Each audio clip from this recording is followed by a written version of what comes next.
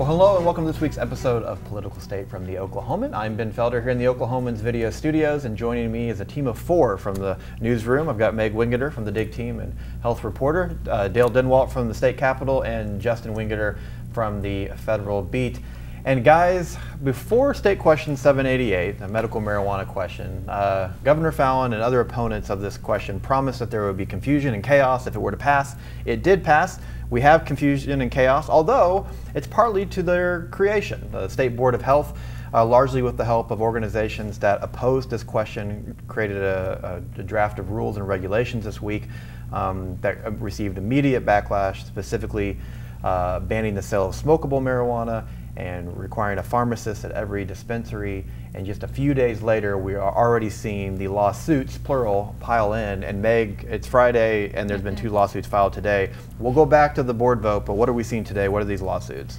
Well, one is based on an Open Meetings Act challenge. Basically, they're saying that the board, 5 members of the board, met separately, which they are not allowed to do because that would be a quorum. So they can't meet outside to discuss public business. And the lawsuit doesn't lay out when they may have met, though, so we can't really know what kind of proof they've got to back this up. But if they can prove that those 5 members met and discussed public business, then yeah, that's a pretty clear violation. Yeah.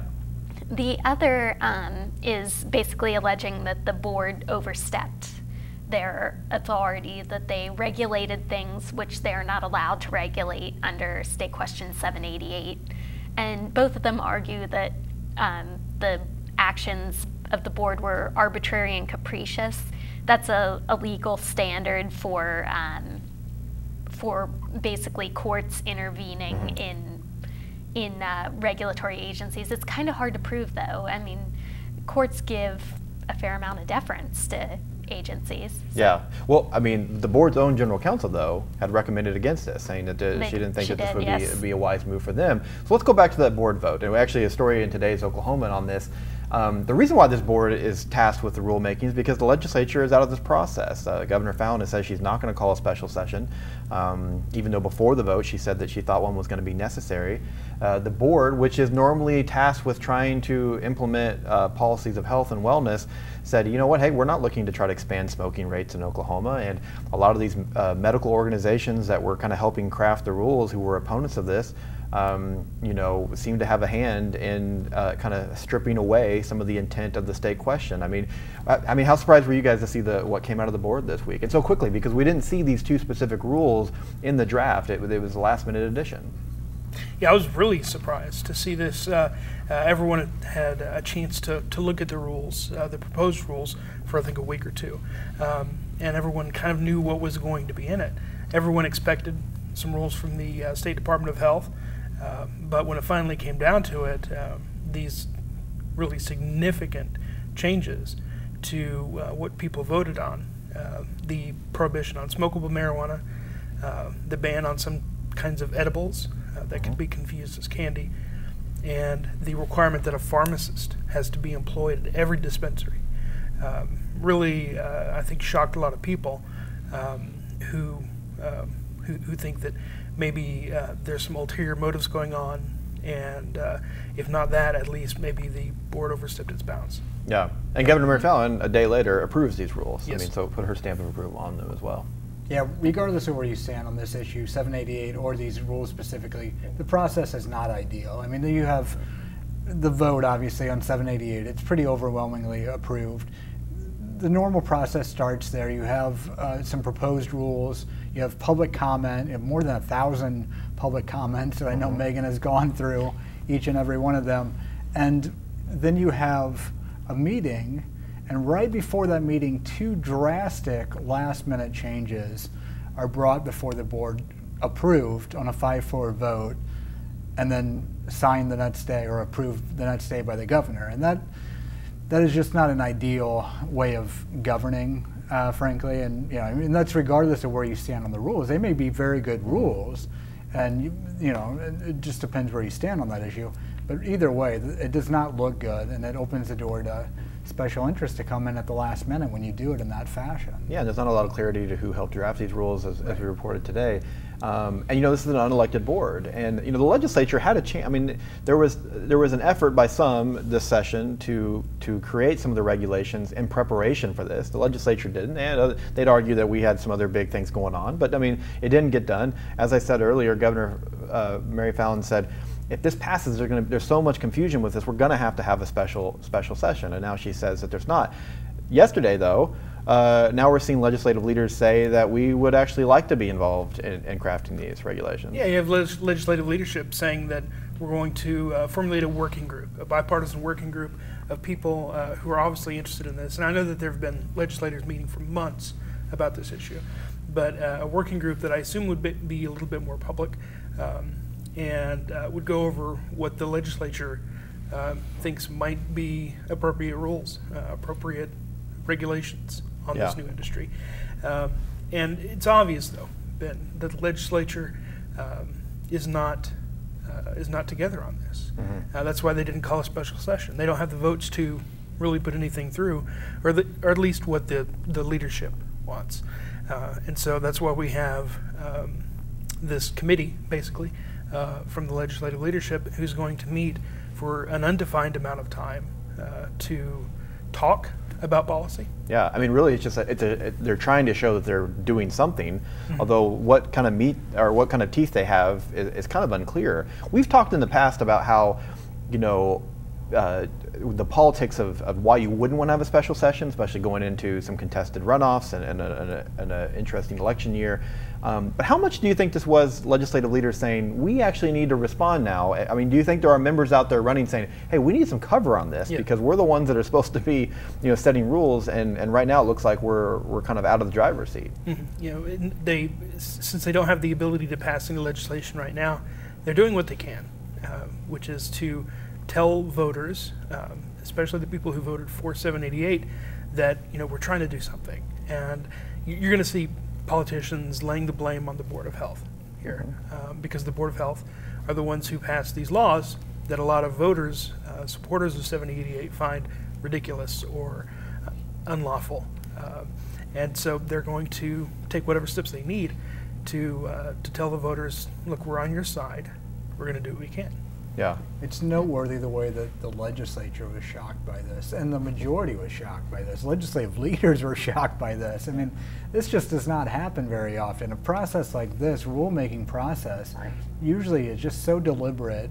You're always in communication with legislative leaders, with people on both sides of the issue. I mean, it's just, for this to have happened and for legislative leaders, I mean, I talked to John Echols, House Majority Floor Leader, and he was just blown away by this.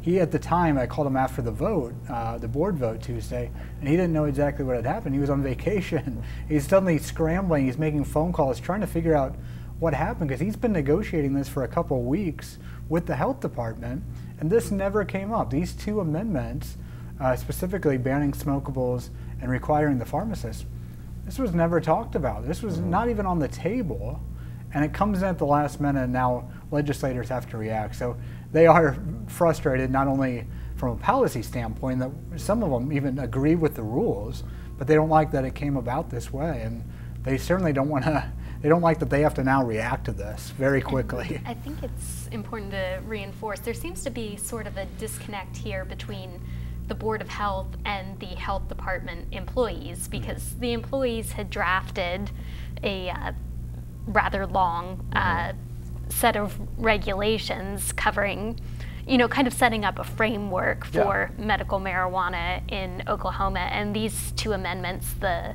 banning smokables and requiring a pharmacist, were never part of that. And as you said before, the general counsel for the health department even specifically told the board, I don't think we have the authorization to do this. Yeah. But the board elected to add those as amendments anyway, which, as far as we know, there's no legal problem with that, but it does create quite an optics problem. Yeah, well, this is an issue that was overwhelmingly passed, by voters. I mean, 57%. That is that's equivalent of a mandate, so to speak, when it comes to state questions.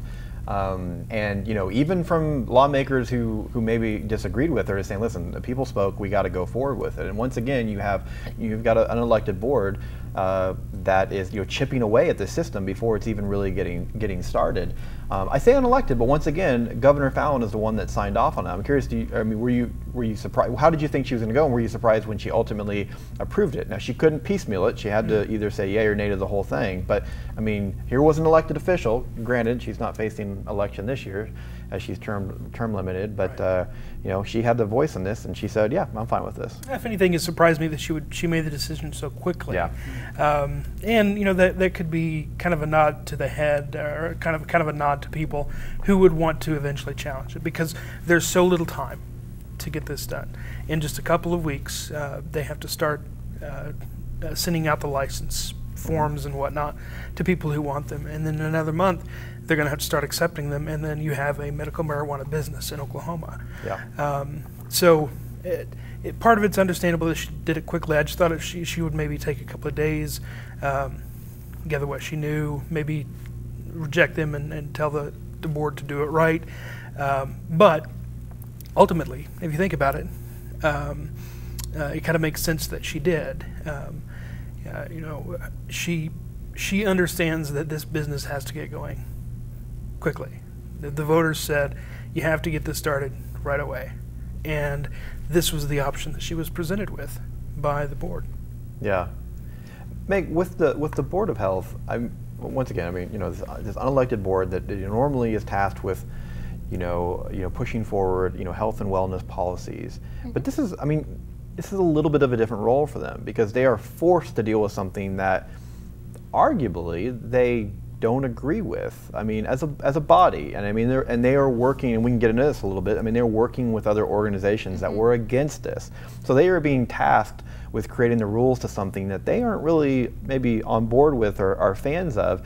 And in today's story, one of the board members had said at the meeting that, listen, we have to honor the will of the people, but we also have to protect their health and wellness. Mm-hmm. And how much of a challenge did that end up being for the Board of Health to kind of juggle what they thought were those two directives? Yeah, it's a tough position to be in. I don't envy them, but most of them haven't come out and said anything publicly about their own positions on the issue, but most of them are members of professional organizations that have come out on the issue, hospital associations, state medical association, groups like that, who were opposed to 788, though they've made it very clear that they aren't opposed to all medical marijuana. They just felt like 788 went too far.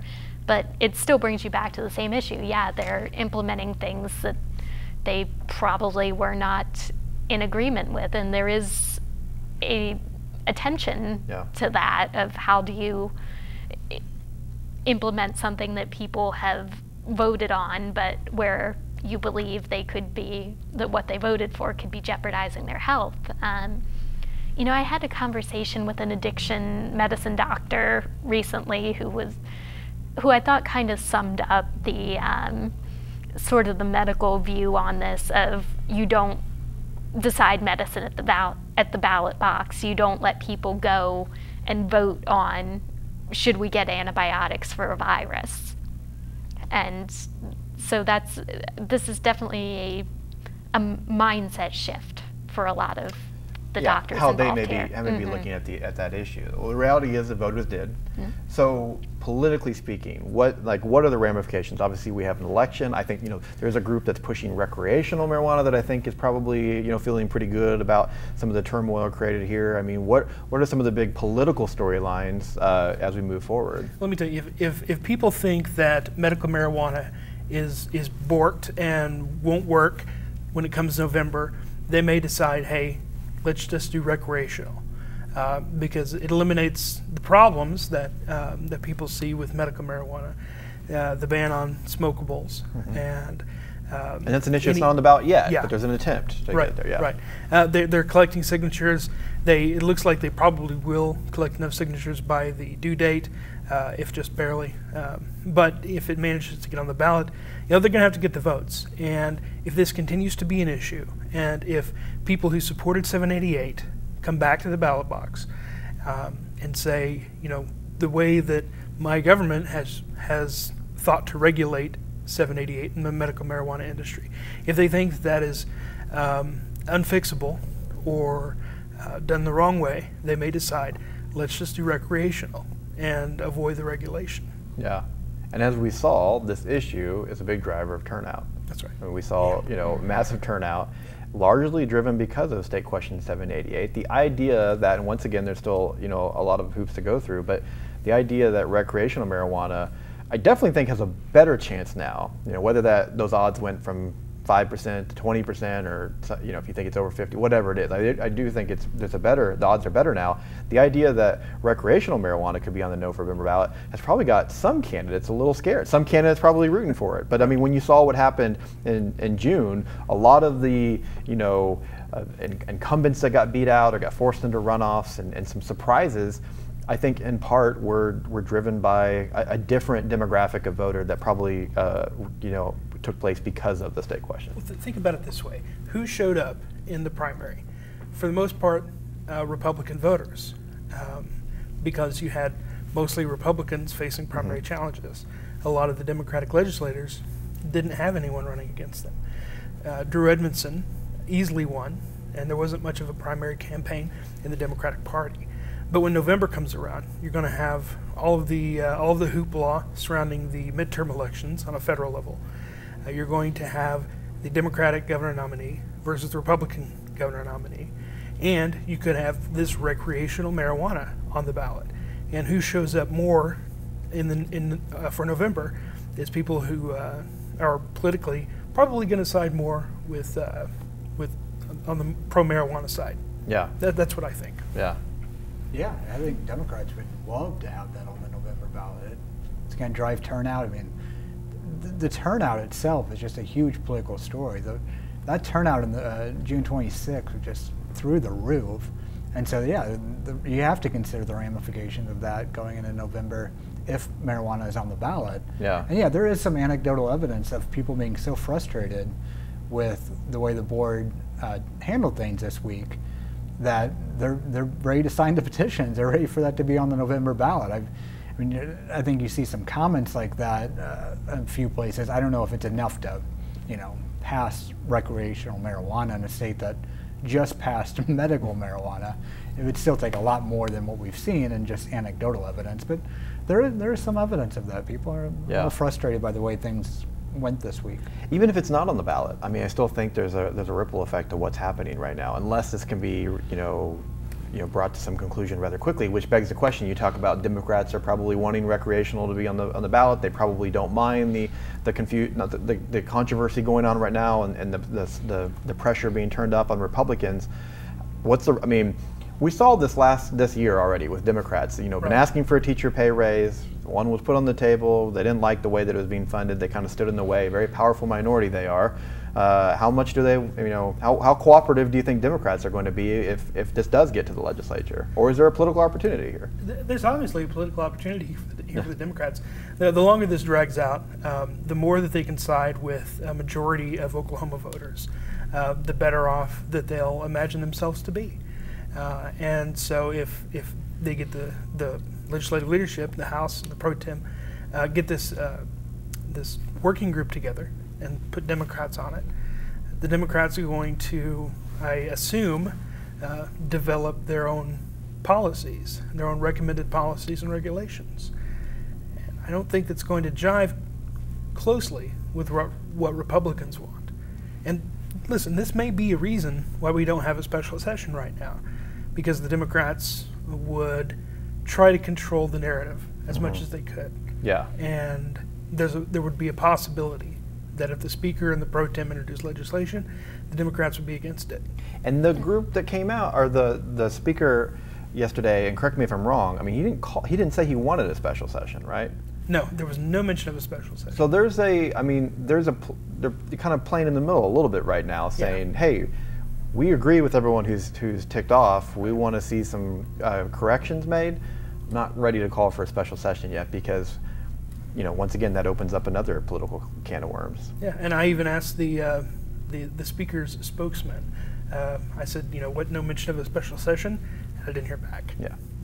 Well, you know, there's so many moving parts to this, and who knows if it'll get wrapped up. Were you going to add something, Meg? Or? Oh, I was just going to say, I think that the board, if they decided for their August meeting to reverse those amendments, they could probably undo a lot of this controversy, because you've got a clear split in the pro 788 group right now. You've got some business people who are very concerned about some of the other regulations that they feel are going to limit their ability to be profitable. That's understandable. And you've got patients, some of whom are more worried about, you know, just let's not delay this with court challenges or anything else. I need something as soon as possible. Yeah. So if they could get rid of this kind of electrifying issue of these last minute amendments, they might be able to take some of the wind out of the sails, so to speak, on the recreational issue.